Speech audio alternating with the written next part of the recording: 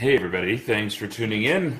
So, I'm going to actually try my hand at kimchi. So, for those of you that know me, I'm a big fan of kimchi. Hate sauerkraut, absolutely detest it, but I really like kimchi. So, we're going to go through the process of what's involved. Learned this recipe from an old Korean during the war. Not the Korean War, but the War of Northern Iceland. But I've modified it a little bit based on how I learned to make the kimchi.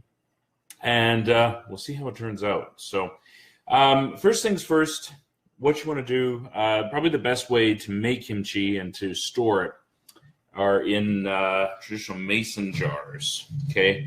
So these are mason jars in the corresponding lids, which have been cleaned.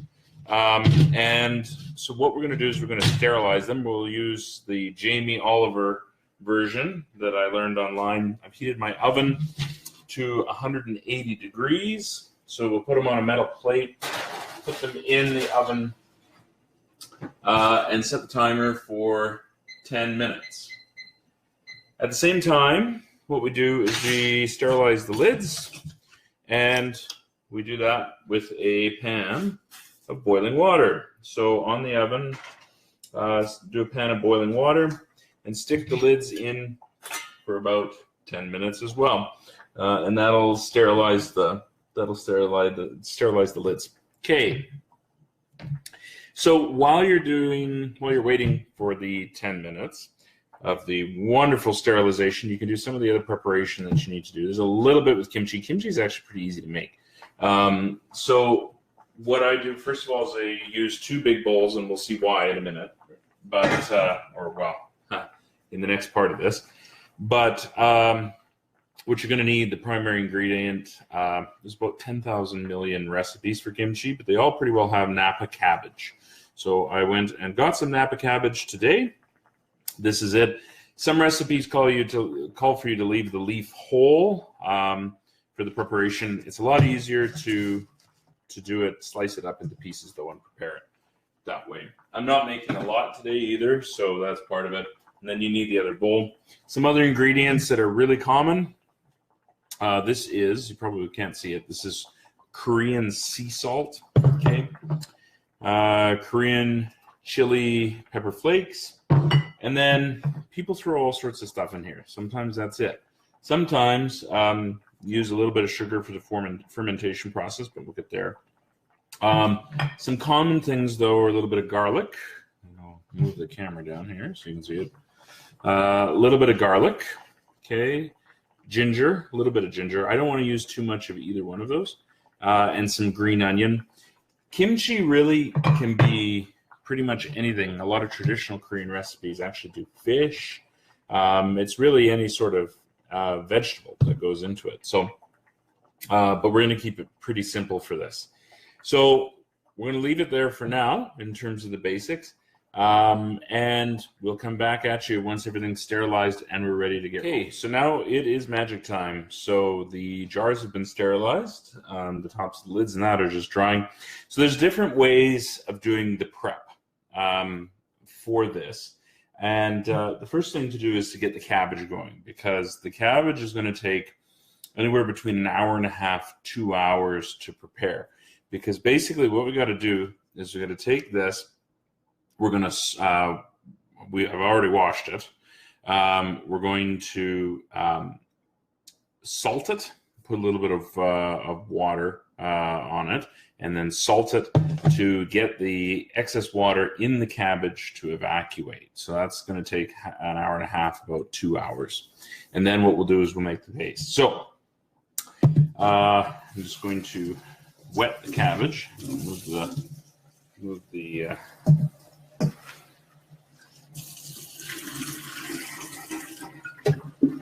just want to get it so that the salt will stick to it. So you got to get in here with your hands with this stuff. With the cabbage part, when it comes to putting the paste and the flavorings and that, it's a little bit more involved, and we got to take a little bit more, believe it or not, in the way of precautions. So, okay, so I'm gonna dump that. So it's Now what I'm going to do is I'm actually going to transfer, once I've done this, actually into the other bowl. And I'm going to kind of do it in layers. So I'm going to throw, actually, first, and here, a little bit of salt into the bottom of this bowl. And then throw sort of a layer, the cabbage in there. And then salt her down. Salt her down. Let's get this going here. Okay.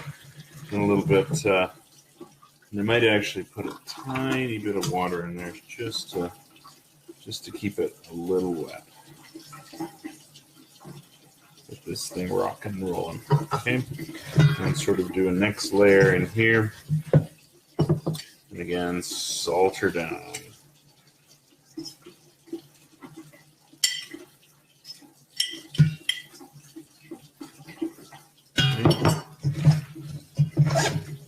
Last layer here. Pack it in good. And same sort of thing. And a little bit of, wish I had a spurger for baptisms. This would actually work really good for this. Okay, and we'll salt it down. Now, some people put a cover on it. That's cool. Some people, well, they'll work in the salt a little. It's probably a good idea. Basically, what you want to do is you want to rotate the cabbage in the bowl. Turn that off. Every half hour, every 20 minutes, half hour. So kind of massage that all in. Okay. Like that. Nice and salted. Okay. So we'll do that. And I don't really have a lid that big, but what you could do is pack it in a bit there and let it really get into doing its thing. So I'll set my timer for 30 minutes for the first rotation. Okay. And in the meantime, what we'll do is we can start the paste. So most of you that have seen kimchi before, you'll know that it has a sort of a reddish tinge. It's because of the pepper flakes. Not all kimchi has that. I actually really enjoy it. The Farmer's Market in Edmonton, there's actually a guy that does kimchi with it's white. So just we'll put a couple of teaspoons. Actually, we'll do 3. I've got about a teaspoon of sugar. Okay, I don't want a lot, but I know that sugar helps with the fermentation process. So we'll put a little bit in there. Okay, and then we'll do the garlic. So we'll put the garlic in there, and we'll do the ginger. Now, for this round, we don't have to worry too much about it. Some people mix with a spoon. Other people say to the paste, turn your head and cough with the rubber gloves.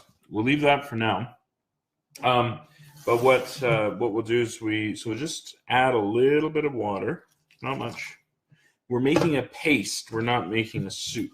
So we just want to make sure that we may not make it pasty. Need a little bit more water than that. Just kind of put little bits in until you can kind of get a paste. Some people will actually put rice flour in their kimchi paste.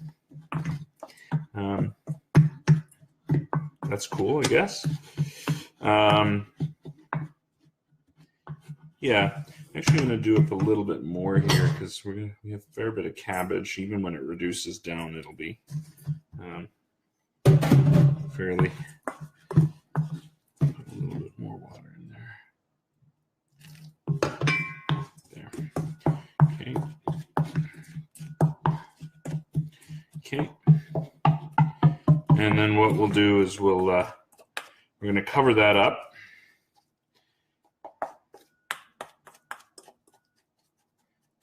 It's not a lot. It's not a lot, but we're going to use that to start. So you can always make a little bit more paste if you need to. Okay, we're going to come back at you in about a half an hour or so, and we'll show you how much water has drained from this cabbage. Okay, so for part 3, this is a half an hour on from part 2. So we've salted the cabbage, we've made the paste, but I want to show you, part 3 isn't going to have a whole lot, but I just want to show you what the cabbage looks like after half an hour of having been salted. So we put a little bit of water onto the cabbage just so the salt would stick. But if you look at this, so as you can see, the cabbage is already greatly reduced, and you can see at the bottom the amount of water that's already collected.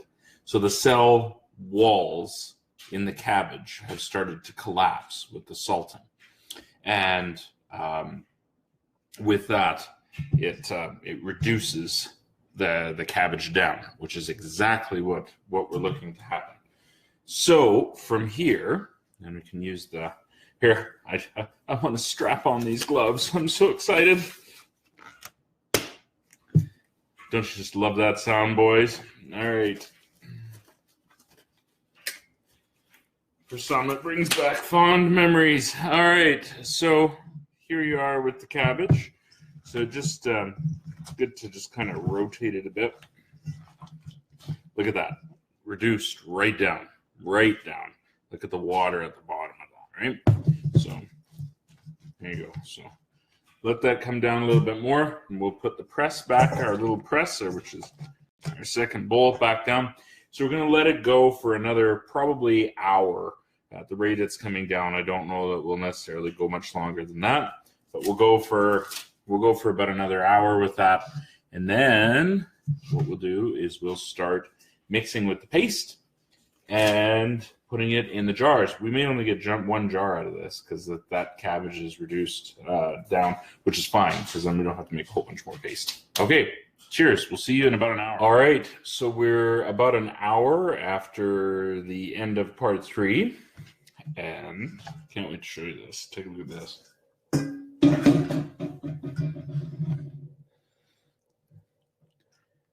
Reduced right down. Look at the water in there. So that's getting pretty close to what we want it to look like. So the next step in the whole process will be to actually rinse the cabbage. And actually, first, before I do that, I have some green onion. I washed it before, but I'm going to actually give just a quick run through here because we're going to combine it with the cabbage. And when we put it all in the jar. So just let that kind of go through.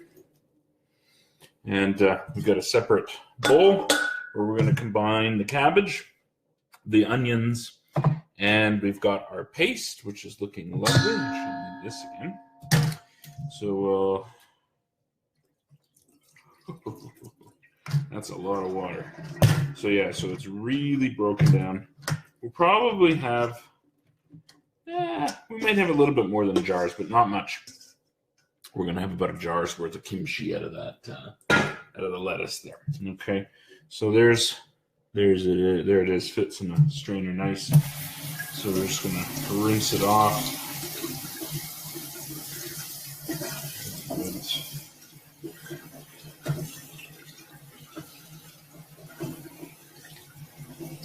Okay.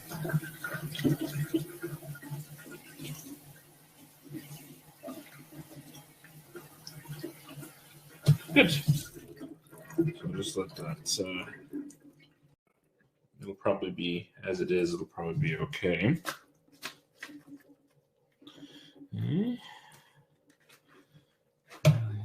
Make sure that that's rinsed, which I think we should be. It's still draining pretty good. Should give it one more toss up here just to make sure.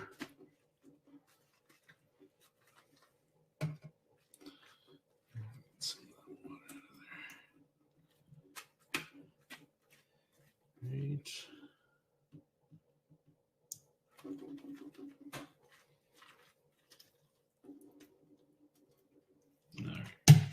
So we let that out there. Now,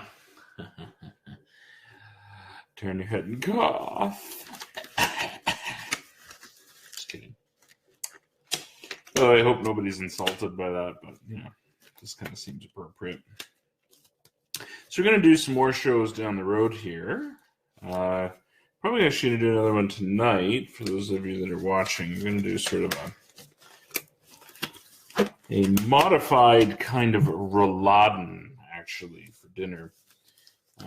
Not exactly rouladen, as probably any German person would recognize, but all right.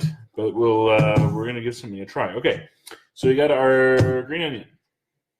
And we have our cabbage to go in. Now,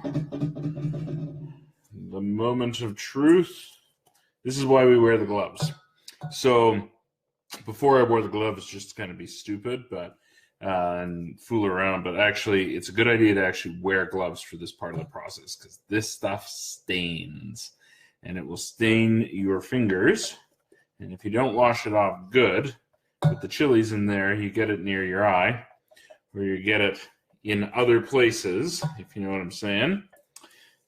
Could cause you some problems.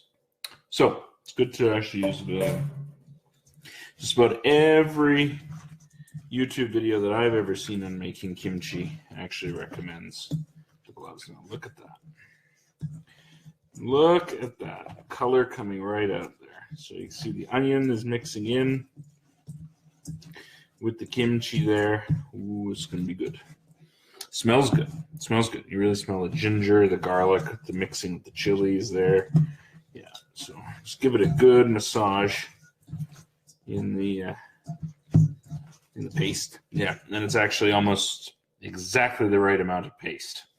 So just make sure those onions get a good coating as well.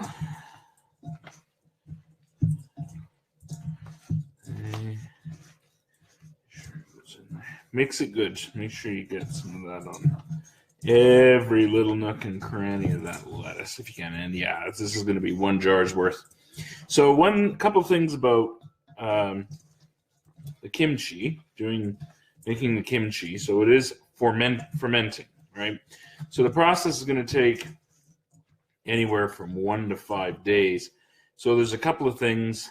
I've not worked a lot, to be honest with you, with fermented food before.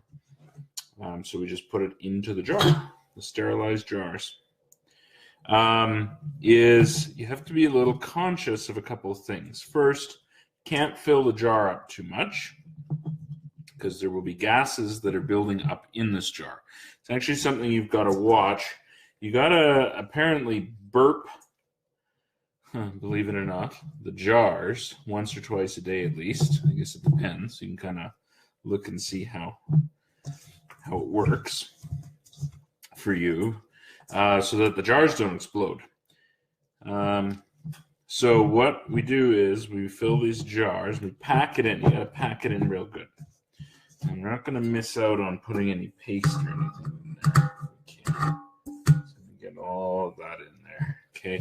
Pack it in there good. Actually, that's not half bad right there. So it's not quite a jar. It's about the 3/4 mark and probably leaves sufficient space for that gas expansion.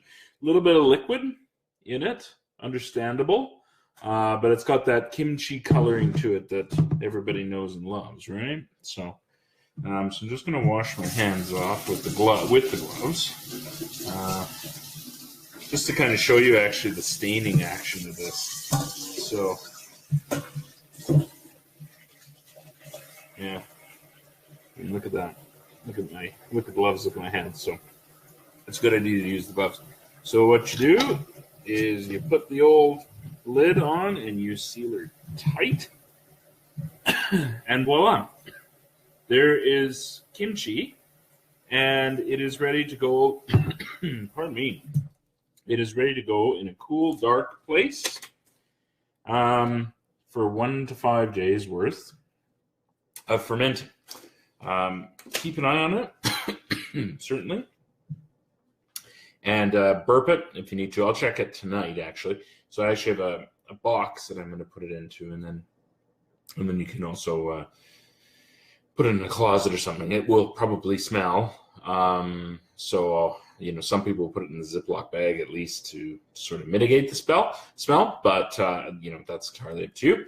So that's it. That's kimchi. And what I'll probably do is I'll probably do a part 5 of this when I crack it open to try some and give you kind of the 6-foot kitchen bitches yay or nay on the kimchi that was made here today. Good.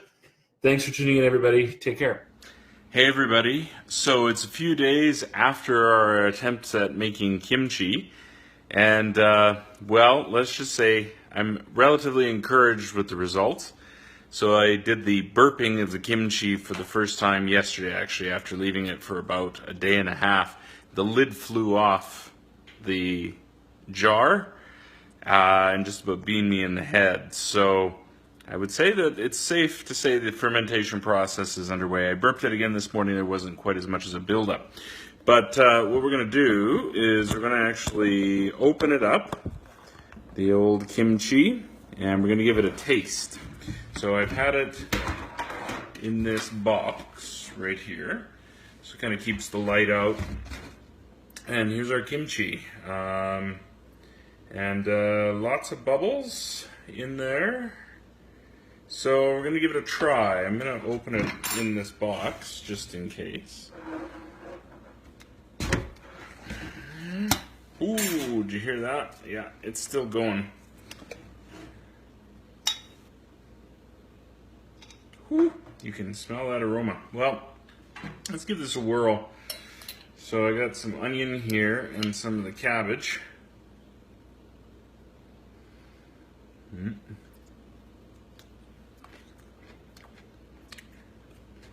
It's beautiful. It's great. That is good kimchi. That's good stuff. I'm actually going to put the lid on and put it back in the box, just because it is bubbling a bit. And then we'll see how my tummy feels. I'm sure it's fine. It's only supposed to ferment for 1 to 5 days, and it's been since Sunday night, and it's Wednesday night, so I'm sure we're probably okay. But yeah, so I'm just going to put it in the box for a little while longer, and then what I'll probably do before bed is I'll move it to the fridge. My understanding is, I don't know for sure, but my understanding is with the kimchi, or basically anything that's fermenting, once you take it sort of out of that room temperature and put it down into a cold, like in the fridge, and that it stops the fermentation process. But I don't know if that's true, but the bacteria stop working. But that's good kimchi. It's got a little bit of spice to it, not a whole lot. It's not crazy spicy, but it's got that fermented pickle taste. As lovely as that sounds to so many, it's I buy kimchi at the farmers market in Edmonton, at Strathcona Market, and this is pretty darn close. It's actually pretty darn close. So that's how I'm judging that we're pretty well there. But I'll let it go for another hour, 3-4 hours, and then I'll probably put it in I'll burp it again and then put it in the fridge and see what happens overnight. So yeah, if I come back at you and I'm like violently ill, then you know that I did something wrong. But I have a feeling that's not going to be the case. That actually the smell is right, the taste is right, the spice is right. I'm sure it's just fine and it's pretty well ready to go. So, thanks very much for tuning in. I hope that these 5 parts of kimchi have given you something that you can try. Guess what, family and friends? You're getting kimchi for Christmas, because this was probably one of the most successful sort of projects of this type that I've done in a long time, so I'm pretty happy with it. And, yeah. And so next time, for those of you that didn't see the message on the Facebook page, we're going to do Mrs. Patmore's kitchen, doing some tea biscuits. So sort of a pseudo Downton Abbey type of a theme. But we may do that this weekend. Till then, take care.